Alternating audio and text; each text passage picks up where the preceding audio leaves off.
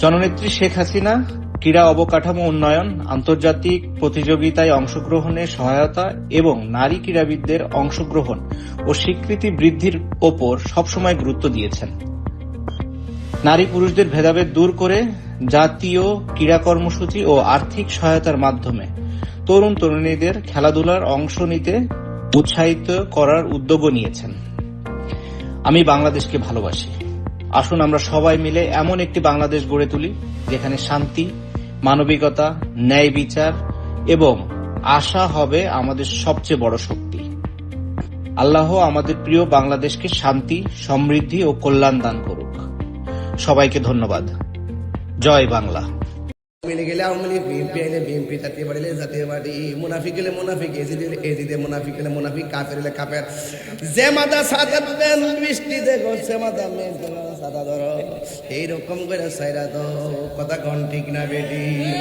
এখনো সময় আছে, একদিন না একদিন আমার রবের সামনে দাঁড়ানো লাগবে, কথা কন ঠিক না? দাঁড়ান লাগবো একদিন বেটা, দারুণ লাগবো, হিসাব দেওয়া লাগবো, কথা কোন ঠিক না বেঠে? এখনো সময় আছে, ভালো হয়ে যাও প্রিয়। তা আমরা মাজার ফজারে ডাকার উদ্দেশ্য হইল যে সমাজের কাছে আমাদেরকে ছোট করে রাখা। আসলে কি আমরা ছোট না বড়? টিয়া থাকলে কি বড় লোক? টিয়া থাকলে বড় লোক? সবচেয়ে ধনী হইল যার ভিতরে নবীর প্রেমের খনি আছে। সবচেয়ে বড় ধনী হইল যার অন্তরে আহলে বায়তের খনি আছে। কথা ফালাই দিয়েন না, কথা কুট করেন, কাজে লাগবো। আমি সারা লাগাই দিয়া যাই, ফল আপনারাই খাবেন। বলেন মাজার কি সেজদার জায়গা না জিয়ারতের জায়গা? কোন মাজারে যদি দুই একজনে কোনো অসামাজিক কাজ করে, আমরা সবাই মিললে এটা প্রতিহত করব। ঢালাও ভাবে আমরা জিয়ারতকে নিরুৎসাহিত করব না। যারা সঠিকভাবে জিয়ারত করে, যাদের আকীদা সঠিক রেখে মাজারে যায়, আমরা তাদেরকে প্রমোট করব, তাদের পাশে থাকব। আর আপনি ঢালাও ভাবে তাহিরিকে আঙ্গুল দিয়া দিয়ে কোন এটা মাজার ফুজারি, কমেন্টস করলে কোন মাজার ফুজারি, তোর জন্মের মধ্যে বেজাল আছে।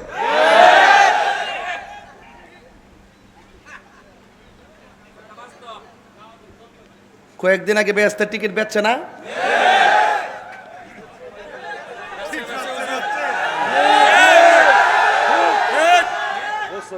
বেচেনি?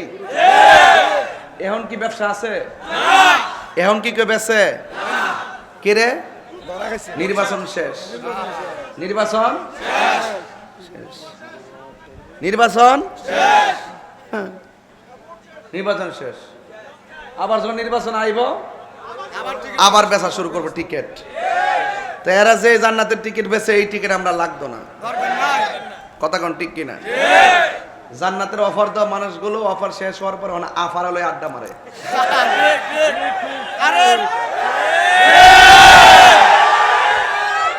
কথা কি ঠিক আছে কিনা?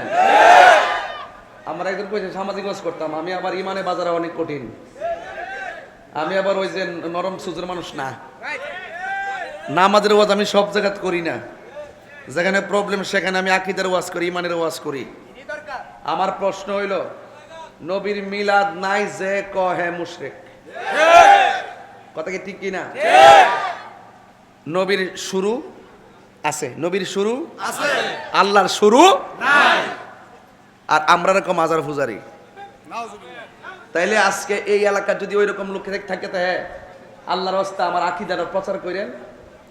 আপনারা যেটা কোন আমরা তো এটাই দিতেছি, এবার আইন আমরা মিল্লা একটা সোনার বাংলাদেশ গড়ি, যেই দেশ হবে আউলিয়া কেরামের দেশ, যেই দেশ হবে বাবা শাহজালালের দেশ, শাহপুরানের দেশ, গোলাপ শাহর দেশ, আমানত শাহর দেশ, বাইজিদ মুস্তাফির দেশ, গরিবুল্লাহ শাহর দেশ, মিসকিন শাহর দেশ, শালি মুগতাদির দেশ, শাহজালালের দেশ, শাহপুরানের দেশ, গোলাপ শাহ বাবার দেশ, আমানত শাহর বাংলাদেশ। হাত তুলে বলো ঠিক কিনা বলো।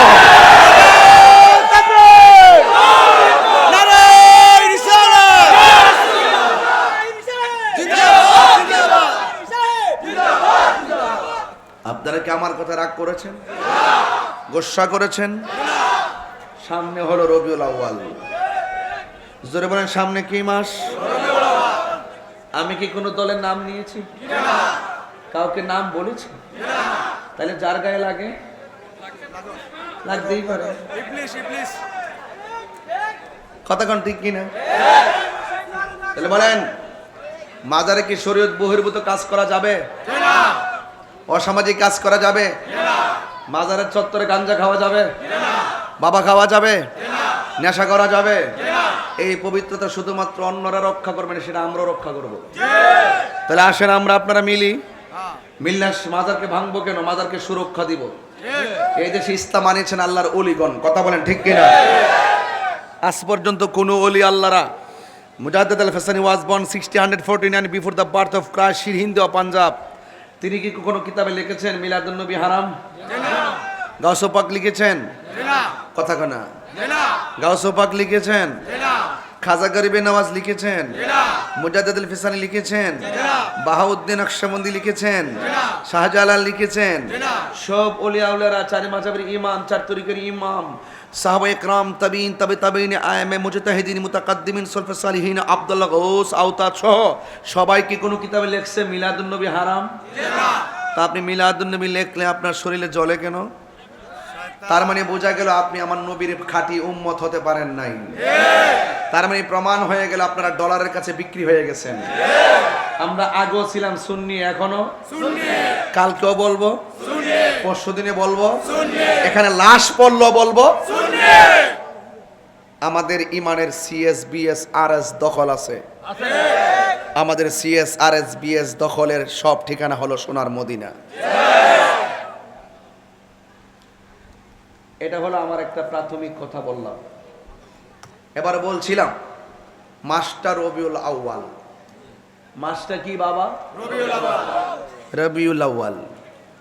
রবি অর্থ বসন্ত, আউয়াল অর্থ প্রথম। প্রথম বসন্ত, প্রথম বসন্ত। রবিউল আউয়াল মাস যখন আসে, যেমন আজকেও আমি ফেসবুকে লিখেছি, আগামী 14 আগস্ট ফয়জিয়া দরবার শরীফের পবিত্র রবিউল আউয়াল উপলক্ষে স্বাগত র্যালি হবে। মারহাবা কর। পবিত্র মাহে রবিউল আউয়াল উপলক্ষে স্বাগত র্যালি ফয়জিয়া দরবার শরীফ আগামী 14 আগস্ট সকাল 10টায় জামায়াত সবান্ধবে আমন্ত্রিত। নবীরে পাইয়া শুধুমাত্র 12 তারিখ আসলে যারা চুলকাইতো, জুলুস নাই, বেদাত বেদাত, এমন বেদাত এরা কইতে কইতে এমন অবস্থা হইছে, এখন পুরা মিলাদুন নবী আওয়ার আগে জুলুস শুরু গেছে। মারহাবা, ঠিক না বেটি? তাইলে আমরা শুধু নবীরে পাইয়া 12 তারিখে খুশি না, আমরা সব সময় খুশি। আজকে কি মিলাদুন নবীর মাস আইছে, অথচ শিরোনাম দেখেন পবিত্র ঈদে মিলাদুন নবী। কথা সঠিক কিনা কন? তো ফতুয়া দিয়ে কি করবেন?